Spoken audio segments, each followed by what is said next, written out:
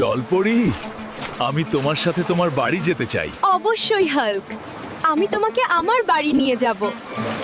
চলো তাহলে তোমাদের বাড়ি। ঠিক আছে, চলো যাই। সবাই আমাদের জন্য অপেক্ষা করতেছে। ওই এটাকে কই থেকে পটায় আনলি রে? ভাই, তোরা সবাই আসল নাকি স্বপ্ন? আমি এখান থেকে আর কখনো যাব না। জলপরি, ও তোমাদের দেশেই থেকে যাব। ঠিক আছে হাল্ক, আমিও তোমার সাথেই থাকব।